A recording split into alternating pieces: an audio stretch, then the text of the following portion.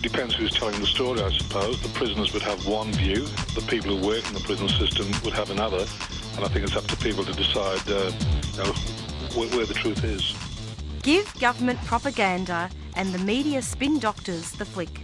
And check out Doin' Time for news, views and tunes on prison issues from Guantanamo Bay to Christmas Island to prisons and detention centres everywhere. Every Monday at 4 p.m. on your community radio 3CR. We are still fired up and we're still talking about revolution. Hello, this is the Doing Time Show, 8:55 a.m. 3CR. I'm Pete and... Yep, and this is Marissa. Yep. It's 3CR Community Radio, 8:55 a.m. on the dial, streaming live on www.3cr.org.au.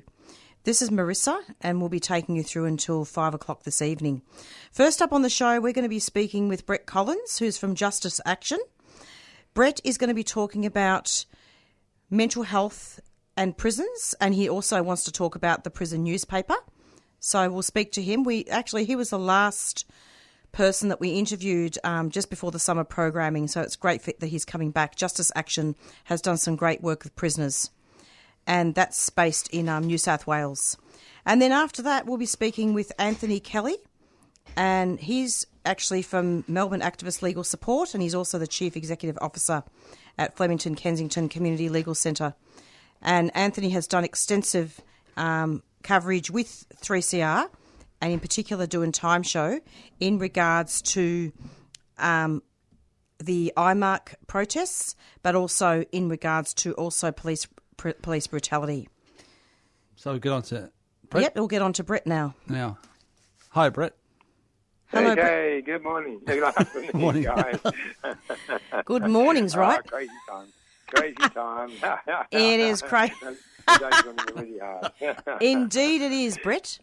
Yes, it is. Now, just for the benefit of listeners and for your benefit too, Brett, I actually have a nifty new computer, so if you can hear music, don't worry, because it's just okay. It's talking. So, Okay, all good. Brett, I'm wondering if you could talk about Justice Action and discuss what's happening with mental health issues in prisons. Okay, well, look, it's one of those big issues, to be honest. I've always been shocked at the attitude people have towards people who have mental illnesses, or, you can be dubbed as mentally ill. There's no question at all it's much better to be seen as being bad than mad. To be seen as being mad means they really regard you as somebody who they don't have to talk with at all, they don't have to negotiate with, they just treat you like a lump of flesh. Yeah. And so we have a lot of people who are currently sitting inside some cells, certainly in forensic care down in Victoria, and in some of the mental health pods in those jails down there, who are scheduled under the Act, and they get forcibly medicated all the time. And we have a series of court cases trying to defend people in front of the tribunals, the mental tribunal or mental health review tribunal, and trying to make sure that at least people have a choice if they don't want to be medicated. And a lot of people say if they're medicated, they lose all concentration, can't think, they get a headache, so they have no sexual arousal. They have a whole range of things that affects their normal life. And they say, look, I'd much prefer to be locked in a cell, leave me alone. Just keep the health authorities out of here and leave me alone. And so we've been increasingly being dragged into the mental health area, and very much been negotiating with the psychiatric hospitals, the health departments, and that crew, just to make sure that the average prisoner doesn't end up on medication that is forced on them, and so the wash of the sort of a biomedical model about solving people's social problems by just giving them an injection, that sort of whole model doesn't continue and sort of wash into the criminal justice area. Specifically, what locations or are you actually referring to when you speak about people who've had injections? Well, really we're talking about an area which is like such a major area. And so, like, the more we got into, the worse it has appeared. But so people in the community are going under community treatment orders, but people also inside the prisons are increasingly being forcibly medicated, just the easy way of dealing with people. And so what we've just engaged in at the moment is a very significant reference by what's called the Productivity Commission, which is Australia's think tank. Yes. Arguing that even if you're in a psychiatric hospital, even if you are in a prison inside the mental health unit, you are still entitled to be listened to. They can't treat you as though you're just not a flesh. And also they spend so much money on you, like over twice as much money is spent for people who are inside psych units, inside prisons or inside psychiatric hospitals, over twice as much. And their conditions are a lot worse. They have no education, none. Right? And so the whole idea of education for people inside a hospital, to get it, and to access to a whole lot of just normal, even just the entitlement to have other forms of treatment is just totally negated. So we're actually in front of the Productivity Commission at the moment, arguing very strenuously that there should be a consumer community representation. That in fact the people themselves should be entitled to vote on who is their representative, and they should be able to have a voice at the highest level. Because if they are not criminal, right, they're entitled to a whole lot of other benefits, which entitles them to a proper representation, entitles them to argue about what they would prefer instead of being medicated. They could, for example, learn cognitive behavioural therapy, or even people to start tolerating them for a change, instead of treating them as though they're sort of some sort of subhuman. So it's a big area, and it's one in which... it is a very big area. And indeed, Brett... So, Brett, and the lawyers... Sorry to interrupt, but who would be like a specific example? Like, you're speaking generally, but what sorts of... what prisoners, just briefly, has Justice Action been working with in regards to this? Because you're basically talking about the false... like being forced to have injections, being deprived of education because of mental health. But what's the scene there? Set the setting for us. What prison is it? That's good. Let me just say this. At the moment, there was a inquiry into some prisons up here in New South Wales, and at Parklea Jail, major jail, 700 prisoners in the jail. Now, the report from the Inspector General, the Full House report, said that 500 of those 700 prisoners in the jail were taking some sort of medication which was not a replacement opiates, a replacement medication. Yep. So we're talking about a very large proportion of those prisoners were taking, and you're talking now about antipsychotic medication, a whole range of different sorts of medications which makes life possible. In other words, the life is so miserable inside prison that people are taking every chance they can to get out of it, and whether or not they want it. And so that says something from the very beginning, that the idea that people can just zombie out. First of all, if they want to do it, and I think this is not a good idea, although I'm not serving time, so I can't make a judgment that other people may not judge, or may not make. But then those people who've been forcibly medicated, who otherwise would rather stay in a cell, leave me alone, thank you, health department. Now that proportion is a very large proportion, and now we're talking about hundreds of people, and the number of people who are threatened with forced medication, right? And if they don't take the medication that they're required to take, then they'll be taken to a certain area where it's scheduled so they can be held down by 8 nurses. And then injected in the buttocks once every 2 weeks. And we think that is appalling abuse. Look, it is appalling indeed. It is. And the health department appalling. Yeah, so the inquiry, Brett, who's doing the inquiry? Well, the inquiry is run by the Productivity Commission, which is really Australia's think tank. It looks at things like, all economic, social, a whole range of environmental issues. And they've been required now to look at mental health. And so our particular interest is talking about mental health in the forensic area. So people who are charged with offences found not guilty due to mental illness, or people who are already inside prison and found after that found to be mentally ill. Now, they're people, it's a very grey area. Who's mentally ill, who's not? Oh, come on. But the issue is intended to be who is at risk of serious harm to themselves or others. That's the defining issue. And that's a very grey space that if you're a management problem, they'll treat you as like a mentally ill person and then zombie you out in the corner. And we want to make sure that is not happening. That's a fight definitely worthwhile taking on. So if people want to read the document from the Productivity Commission, when will that be available, and can they actually get to it, listeners? It's already actually on the website. Obviously, people inside the prisons can't see it, but it's on the website. At the moment, I think about 700 submissions have been put up. And so as the Productivity Commission's review is exposed, then people are responding to that review. In fact, at the moment, we're examining other people's submissions and analysing that really carefully. But this is a big one. It's a big one. And what we're hoping from it, and the Productivity Commission is treating us very seriously. They came and had 2 meetings with us.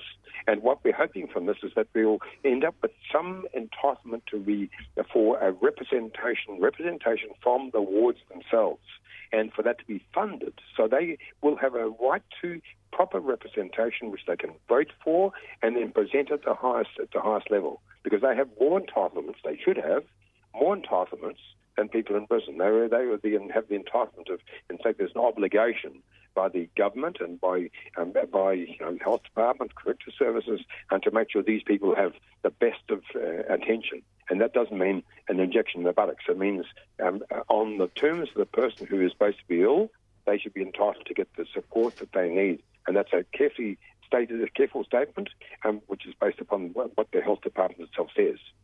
I see what you mean. So these are facilities in New South Wales, is that right?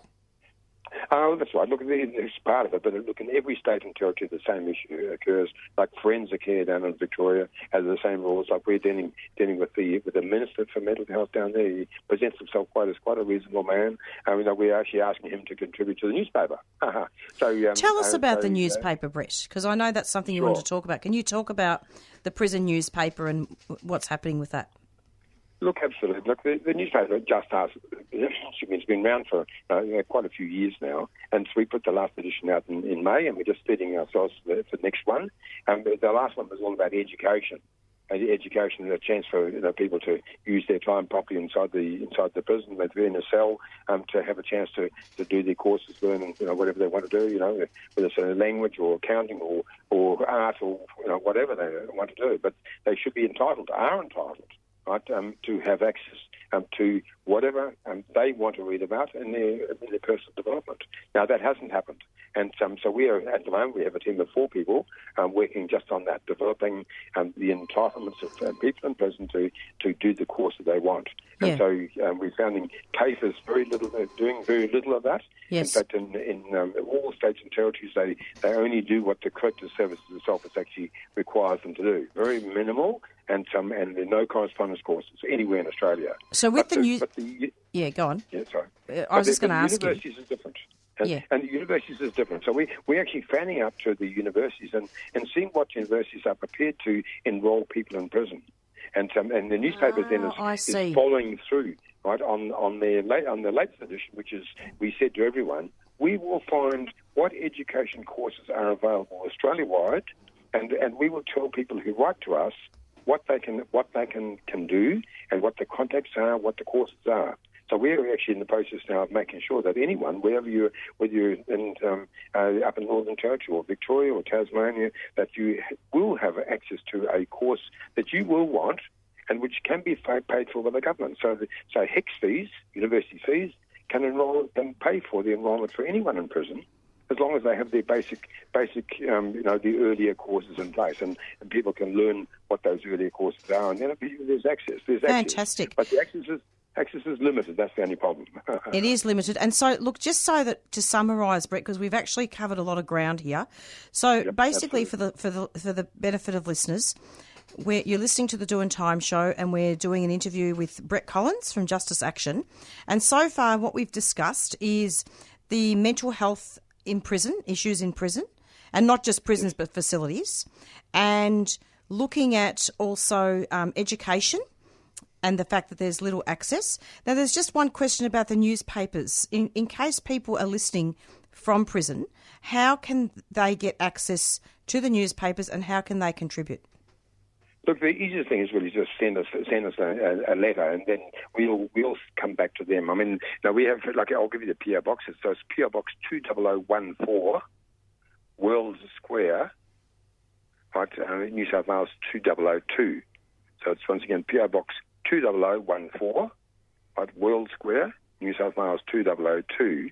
And just if they were to send us a letter, we're happy. We'll respond to them, and we've got a team of people here. It's probably 20 people here today. It's quite a big team. Lovely. And so we always respond to people's letters. And we also, if people want to have access to the internet, we set up email addresses for people. It's been running since 2013. So if anyone wants to write a letter to us, we'll explain to them how they can get access to email and have their own, almost like a Facebook page, right? So it's called iExpress. And it's a platform of which we're very proud. Links up a little bit to the newspaper, but it's a very important part of our offering to our community inside the prisons and the hospitals. Oh, okay. Now I get it. So you're talking about the hospitals as well. Yes, that's also included in the work. Absolutely. No, we found more and more there's a movement between the hospital systems, the locked wards, and the prisons. And so we found that if you're detained in one or the other, you definitely need support. So we're in behind that team as well. And could you give us just a really quick update on Miriam? Yes, Miriam Merton. Oh, the Miriam Merton case, of course.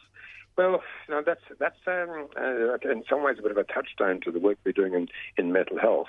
I mean, we came in behind the case of this woman up in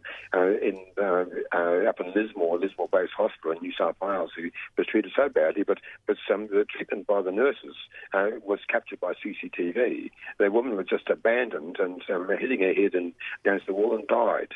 But no one understood what had occurred until they saw the CCTV footage, and then realised that these nurses just didn't care about this sick woman who was hitting her head on the walls and in the corridor, and they'd stripped her naked. She was defecating on the floor, and they just mopped the floor while she was in that condition. So after the death and the inquest, we came in behind and said there has to be something changing here, and the ministers agreed with us, and we ended up with the 6 points that we thought were very important, and we worked really hard and behind those, and it hasn't been completed yet, but that's an ongoing campaign which is up on our website. If people want to know more, if you're outside, they can see, but otherwise it's around mental health. And the Miriam Merton case has 6 reforms, including holding onto your own phone, including having a consumer worker right in to give you a hand before they inject you, and a few other things which are very significant for people who are in that situation. Brett, thank you so much for coming onto the program. It's always good to kickstart the year. I mean, it's February already, but it's going quick. And just too fast. To have you involved, and keep up the good work. Marissa, lovely to speak with you again, and to all your listeners. We're into a busy year. Every year's a busy year, but absolutely, we're to raise the pace. We're not going to slow it down. That's for sure. And look after yourself as well, Brett. Thanks, Brett. Okay, thank you, Marissa. Thank you. All the best. Bye-bye. Okay, bye.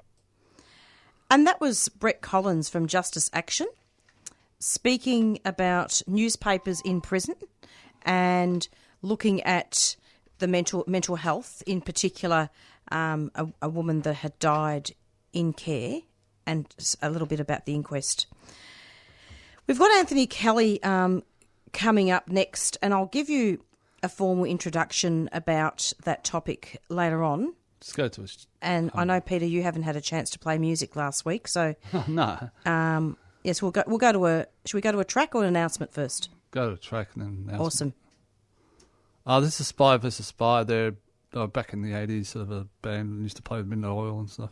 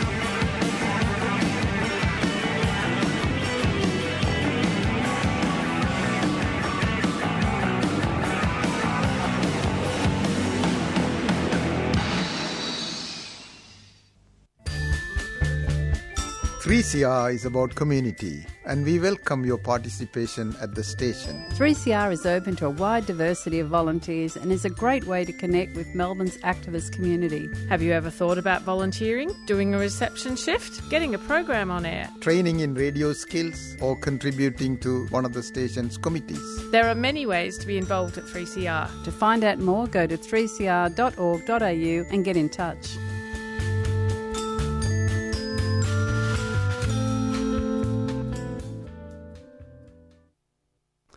And this is Dark Water. I'll just play it now. They're a Melbourne band.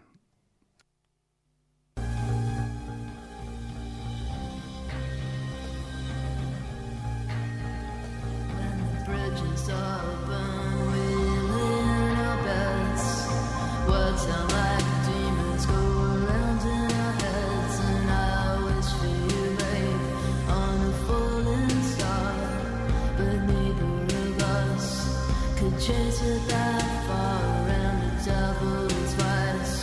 Course through your veins, the flicker of fire reflected in chains and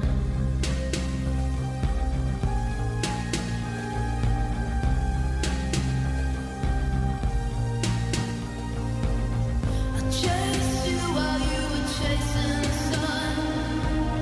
I bite the bullet and you jump the gun, and it's you, my love, it's you I wanted all along. But you weren't even you anymore.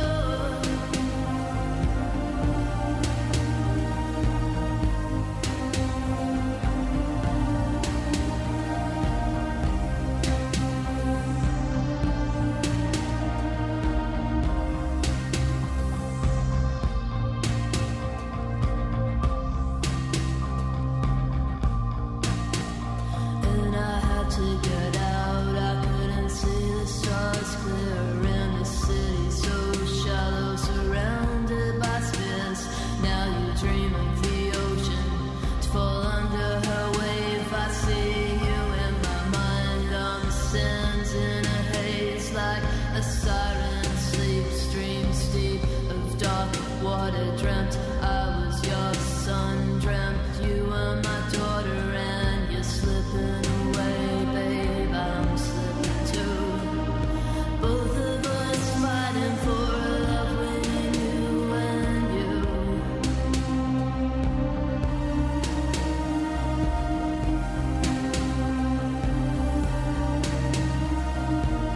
I chased you while you were chasing the sun.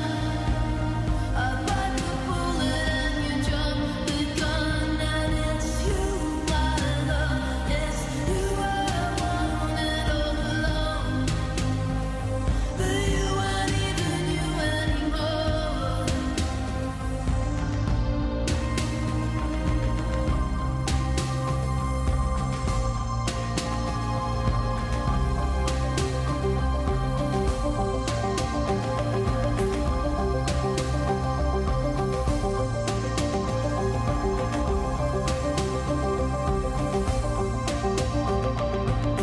I chased you while you were chasing the sun. I bite the bullet and you jump the gun, and it's you, my love, it's you I wanted all along. But you weren't even you anymore.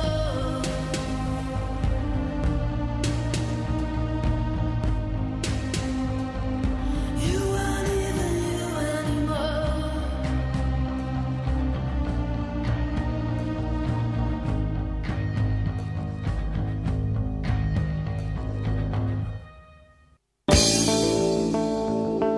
You want to finish up? I don't want to finish up. I want to live. The federal government has just announced plans for a radioactive waste dump in Kimba on Bangala country. Our children's future. BHP is expanding the Olympic Dam uranium mine. There's trouble up ahead. Now is the time to join the radioactive resistance. We gotta be strong. Hit the road with Friends of the Earth Melbourne's Nuclear Free Collective as we travel to frontline communities and see how the nuclear industry impacts people. People of this country. The Radioactive Exposure Tour will run from April 10 to 19 this year. More details on melbournefoe.org.au/radtour2020 or contact us on radexposuretour@gmail.com. FOE's Nuclear Free campaign is a 3CR supporter. And you're back with the Doing Time show. It's approximately 4:28. Anthony Kelly has actually been delayed, so we'll be speaking to him at around 20 to 5. But in the meantime, and so we'll be speaking with Anthony about the imarc protests and looking at police conduct, or rather police misconduct. But in the meantime, while we're waiting for Anthony, I actually have a really good article, and I may not be able to read all of it, but I think that listeners need to have their attention drawn to it. It's from Sydney Criminal, and it's about TJ Hickey. And as listeners would be aware, the anniversary of TJ Hickey's death happened on the 14th of February 2020. And the article is entitled "Calls for a Parliamentary Inquiry into TJ Hickey's Death, 16 Years On." And Friday the 14th of February 2020 marks 16 years since Thomas TJ Hickey was thrown from his pushbike and impaled upon a fence in inner city Sydney whilst being chased by two New South Wales police paddy wagons. Redfern.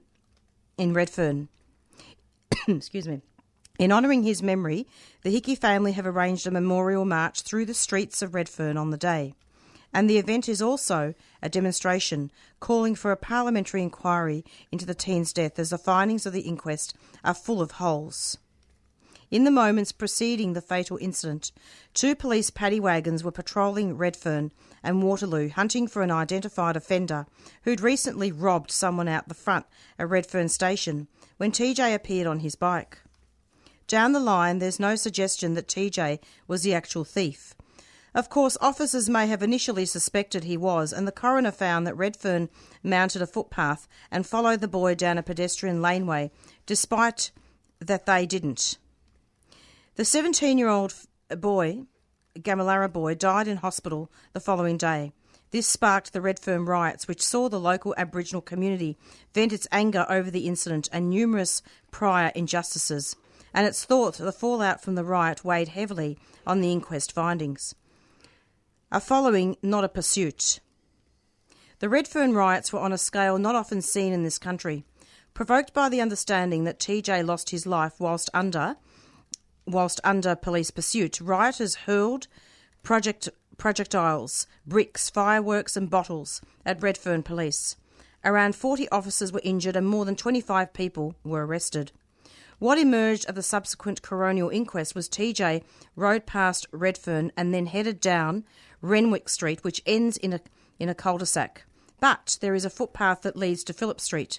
The young man took this route, and so too did the New South Wales police paddy wagon. At the end of the path was a gate with an opening for pedestrians. TJ flew through it with the police vehicle behind. That led the boy onto Phillip Street, with Redfern 17 making its way down the road. And TJ took a path beside a residential building where he was impaled. There are differing accounts of these last moments. There are assertions that the back tyre of the bike was hit by a police vehicle, which threw TJ onto the fence. And the two officers in Redfern neglected to mention they'd mounted the curb and drove down the path in their incident reports. During the inquest that took place just months later, then New South Wales State Coroner John Abathy found that the constables in Redfern 16, driver Michael Hollingsworth and Marie Reynolds, were following the boy down the path just moments before his death, but they weren't pursuing him. Albany labelled the death a freak accident, and the coroner did so, against a political backdrop that had seen both New South Wales Labor Premier Bob Carr and Australian Prime Minister John Howard publicly asserting that there was no evidence that a police pursuit had taken place. A questionable distinction. If you've got a person in a car going behind someone on a bike, if the car is going down the same road, then that's pursuing. Indigenous Social Justice Association, ISJA, Secretary Raul Bassi told Sydney criminal lawyers. Two witnesses said they saw the car going behind TJ. Those witnesses were never called to the inquest, added the long-term activist who's organising Friday's Memorial March, along with TJ's mother, Gail Hickey. and there's much contention over the distinction the inquest made between being followed and pursued. Then New South Wales Police Commissioner Ken Morney reportedly told the ABC that in layman's terms there's a very clear distinction between the way the words are used, but he didn't seem to specify what that actually is. Bassi also brought up questions around the way police handled proceedings after TJ became impaled on the fence. Instead of leaving him there so paramedics could remove him, they pulled him down, and when police rescue arrived prior to the ambulance, they sent them away. They were not supposed to remove TJ from the impalement because that's a rule for those types of cases, Mr Bassi made clear. The only way they can be removed is by the ambulance or rescue, and in many cases they don't even remove them. They cut the spikes. Set up to fail. Recommendations 6 and 41 of the Royal Commission into Aboriginal Deaths in Custody provide a clear definition of what constitutes a custody death, which includes the death of a person who dies or is fatally injured in the process of that person escaping police custody. While New South Wales police protocols didn't permit paddy wagons like Redfern 16 to engage in pursuits, Constable Hollingsworth refused to testify at the inquest on the grounds that he might incriminate himself. The coroner permitted this, whilst his colleague Miss Reynolds stated, "I don't recall," so many times during the coronial hearings that it was remarked upon. On delivering his findings, the coroner set out that it was difficult to assess what Redfern 16 did on the day, as Hollingsworth didn't testify. However, it was Abney himself who excused the officer from appearing as a witness, as he couldn't be confident that he'd be reliable. The constable had previously given 3 contradictory statements regarding the incident. An inquiry with teeth. A parliamentary inquiry can call witnesses and they can't refuse to give testimony, Mr Bassi said. The story that I can get in trouble for what I say doesn't apply in a parliamentary inquiry. The activist explained that following the 2004 inquest, there were 2 further investigations carried out that weren't open to the public. Both the 2014 and the 2018 inquiries resulted in the conclusions of the inquest being upheld. ISJA and Fighting and Resistance Equally, FIRE, are running the Black Deaths in Custody BRIC campaign. It's pushing for changes to the way Aboriginal deaths in custody cases are handled by the coroner, so that incidents like TJ's death aren't simply dismissed as freak accidents. We need a parliamentary inquiry to call on the officers, the ambulance paramedics and the police rescuing person that were there, Bassi included. We don't accept accident as a reason of death. And that's the end of that article. It's nearly time for Anthony to be interviewed now. But I really wanted to read that out, really to honour TJ's death. Yeah. And that article was actually written before the march. So we're hoping actually to get a report back of that march pretty soon over the next couple of weeks. Was that Sydney Criminal Lawyers, not Sydney Criminal, I think? Sydney Criminal Lawyers, that's correct. Yeah, I sent it to you. I probably You did? Criminal. You did? And Yeah. so what is the name of it? Sydney Criminal Lawyers. Sydney Criminal Lawyers. It's a Facebook page. Thank you so much. I mean, not Facebook. Actually, I've really tried to contact them and I can't get in touch with them. Oh, don't worry about that. We need to actually work that out. Yeah, we will. And see if we can get interviews for that. It's approximately 4:36. I'm just going to give a very brief intro in regards to Anthony Kelly and the lead up to that interview. And as I said at the beginning, we're going to be interviewing him in the capacity of Melbourne Activist Legal Support, MELS, which is an excellent network that provides training for legal observers. And I'm just going to read out a little bit of the introduction of the imarc report that was written last year in regards to the protests. So, Melbourne Activist Legal Support fielded a team of legal observers at protest events at the International Mining and Resources Conference, imarc, that took place at the Melbourne Convention and Exhibition Centre, South Wharf in Melbourne, Victoria. The conference and the protest events surrounding it took place from Monday 28th to the evening of Thursday 31st October 2019. Legal observers were present at the site on the Tuesday, Wednesday and Thursday of the event from 6:30am until mid-afternoon each day, observing, monitoring and recording police conduct and interactions with protesters. The team observed several hundred Victoria Police members working in different public order response team units, arrest teams, the mounted branch police horses, the evidence gathering team, surveillance, and witnessed multiple arrests by police over the Tuesday, Wednesday and Thursday. This report is designed to report upon and assess the potential and actual impacts of police actions, tactics and approaches in terms of human rights, health and other impacts, as well as assisting all parties in their analysis and understanding of the imarc protest event itself. We've got Anthony online. Yep, that's really good. I'm just reading out Yep. the rest just a little bit more. So it's a public document, and this document can be provided to media. So we're going to speak with Anthony. And just one last thing, the report is also based upon the first-hand observations of the team, and it's going to be looking at police misconduct. Hello, Anthony. Welcome to the program. Hi, Marissa. Thanks for having me. It's lovely to have you. Now, I'm wondering if you could just talk about this report that was submitted. Well, have you submitted? Has a report been submitted yet? The imarc report. In a way, we've just distributed it to quite a few non-government organisations, human rights bodies, the Human Rights Commission. It goes to Victoria Police Command as well as the Professional Standards Command. Oh, good. And it goes to ibarc, which is the Independent Broad-Based Commission Against Corruption. And it also was submitted as part of an NGO shadow report into the Universal Periodic Review of Australian Government's human rights record that is being heard in the United Nations later this year. I'm glad to hear it. It goes to quite a few different places where we that we think need to understand what's going on at these sort of protest events, and also decision makers and bodies. It also goes to the police minister and to various other parliamentarians that are interested in this sort of stuff too.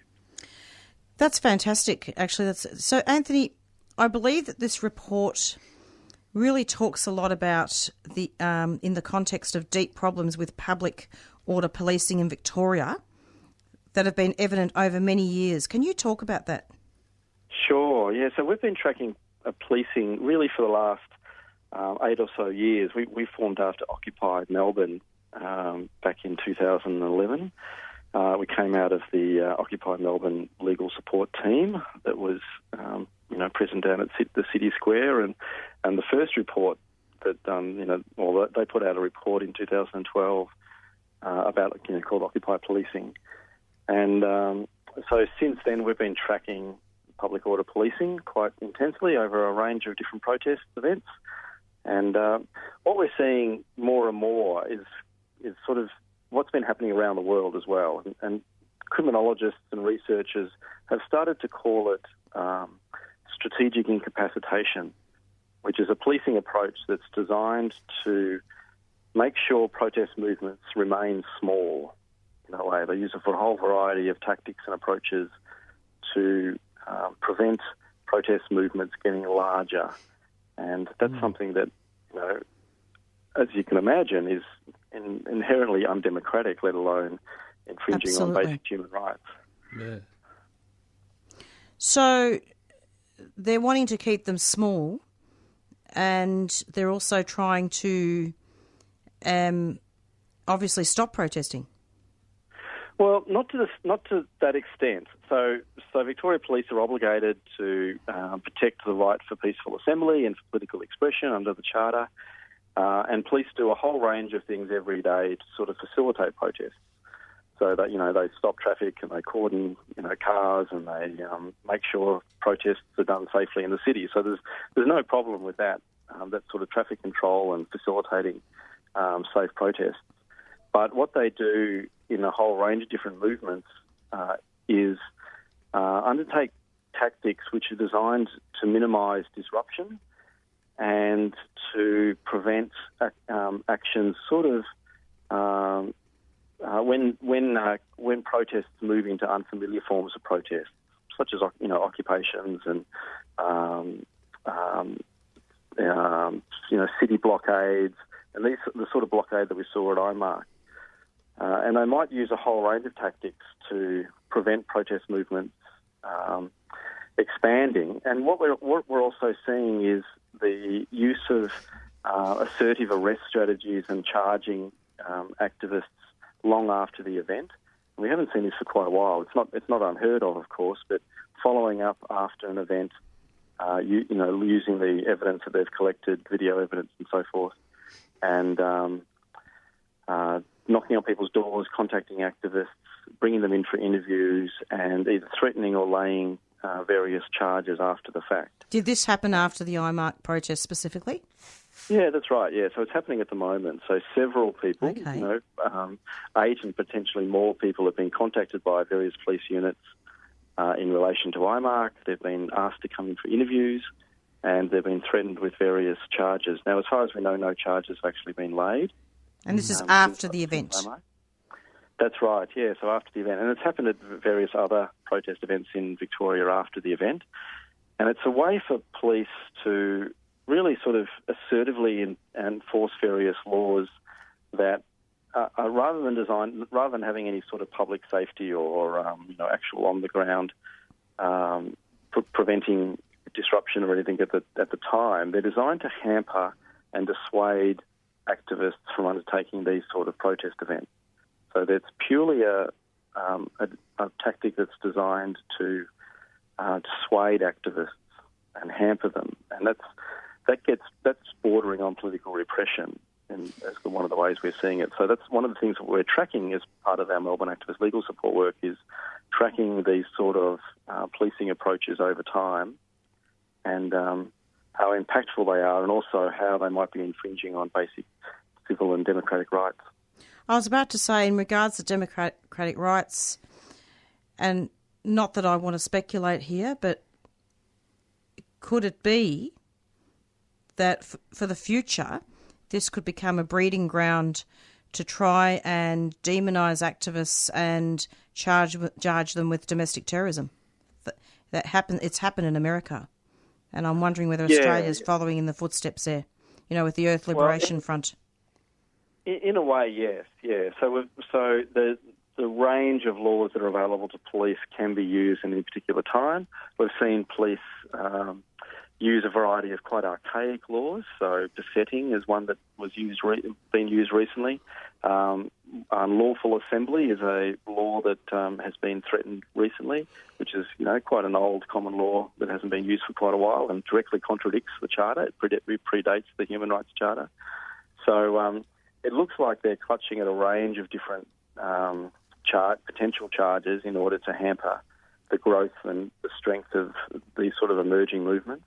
And they're particularly worried, of course, about the emerging climate movement because, as we're seeing around the world, ordinary people are really standing up for climate justice and against ecosystem collapse. And we're going to be seeing a lot more of this sort of movement work. So there's no surprise that police are looking at ways in which they can restrict its growth. The idea is that they want to maintain the size of these protest movements so that they can control them, of course. That's the operational imperative the police have. Of course. Police maintain control over these protests.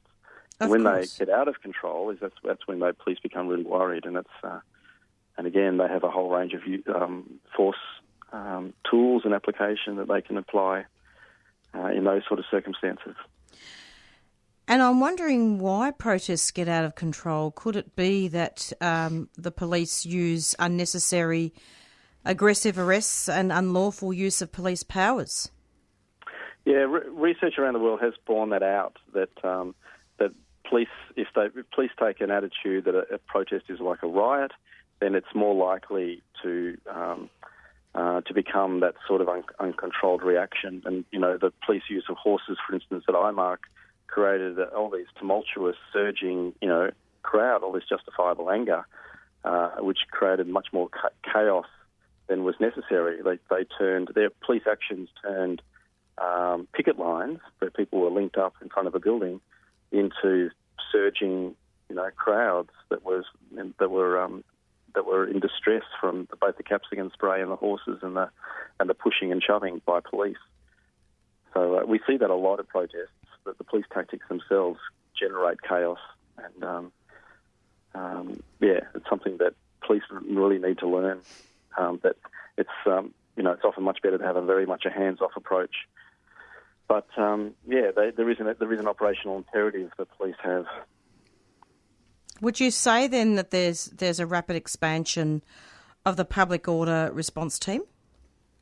Yes, so we've been seeing that expansion over the last 10 to 5 years, really.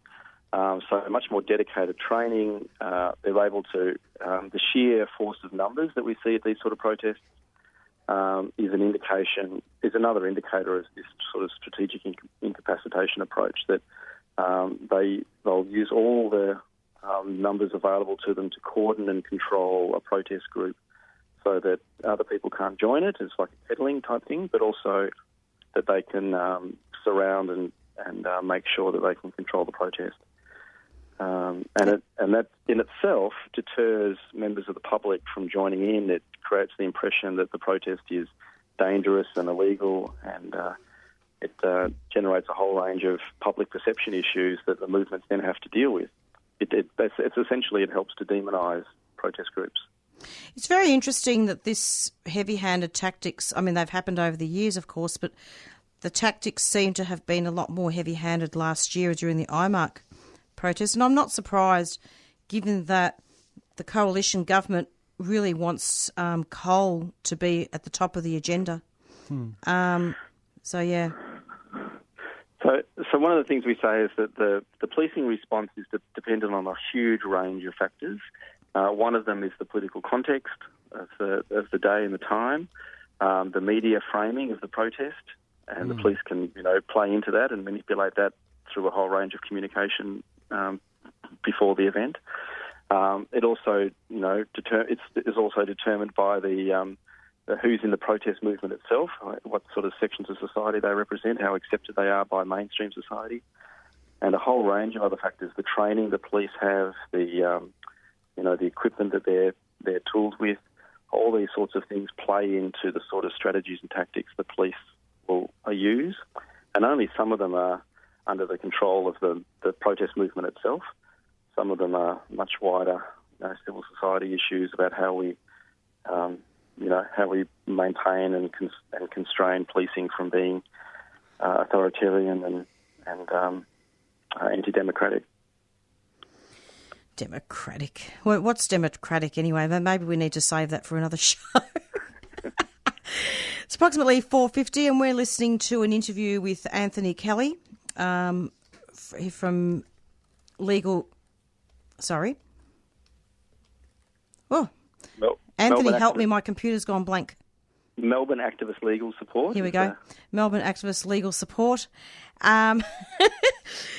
Anyway, so getting back to it, what do you think? I mean, because the report argues that there needs to be more preventable arrests and more selective strategies working towards a human rights model. Would you say that's true?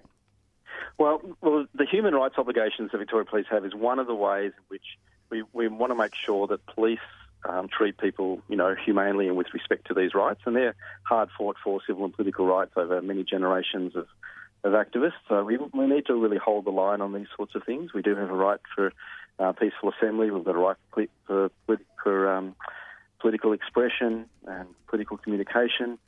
And they're enshrined in various bits of legislation in Victoria, but also in the Victoria Police Manual. So we need to make sure that at the very least they stick to their own guidelines and the use of force guidelines and their human rights obligations.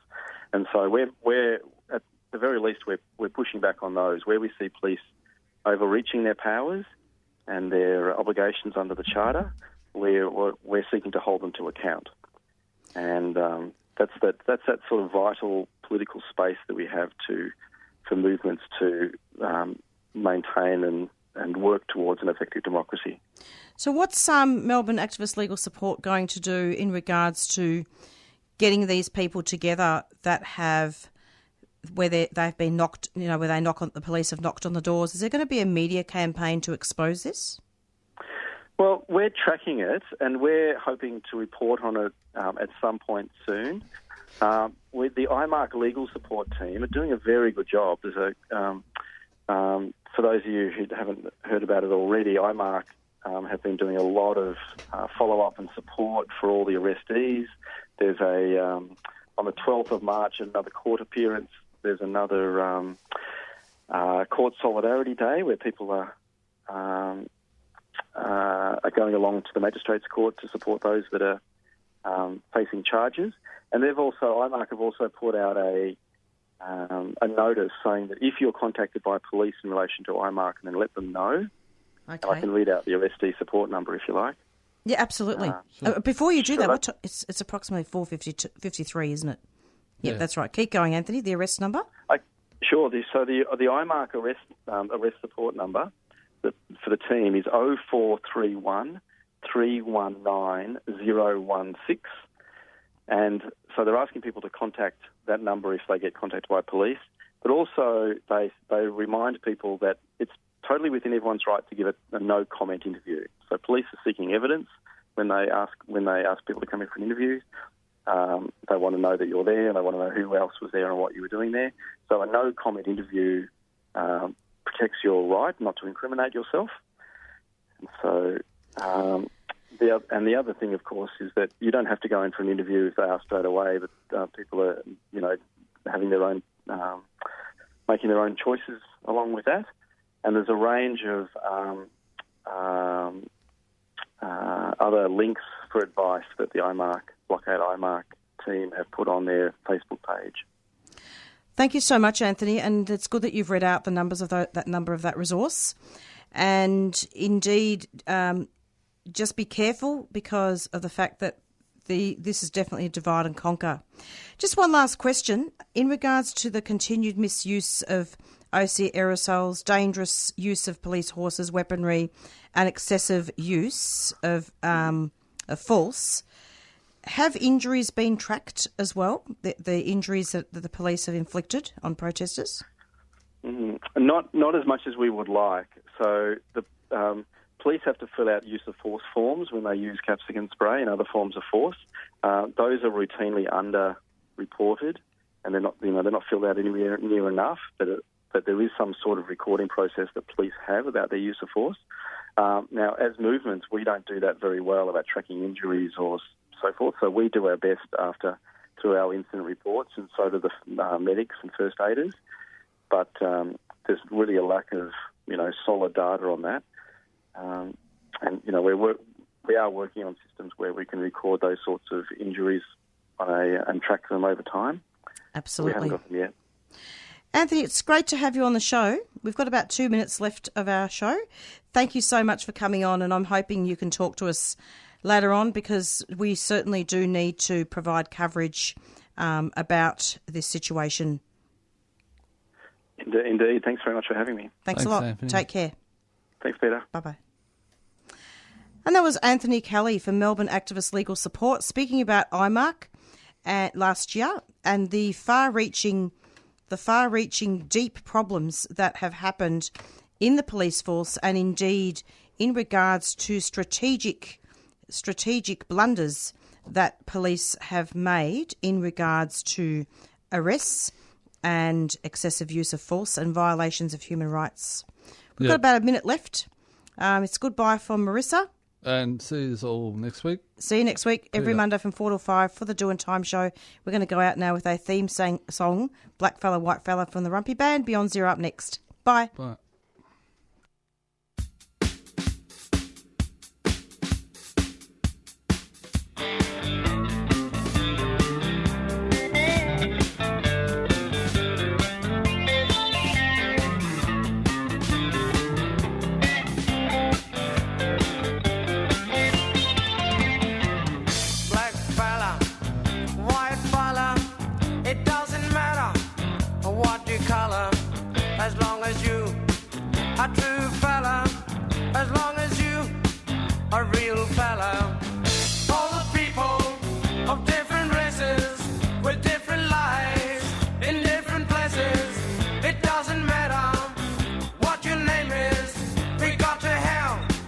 Lots of change.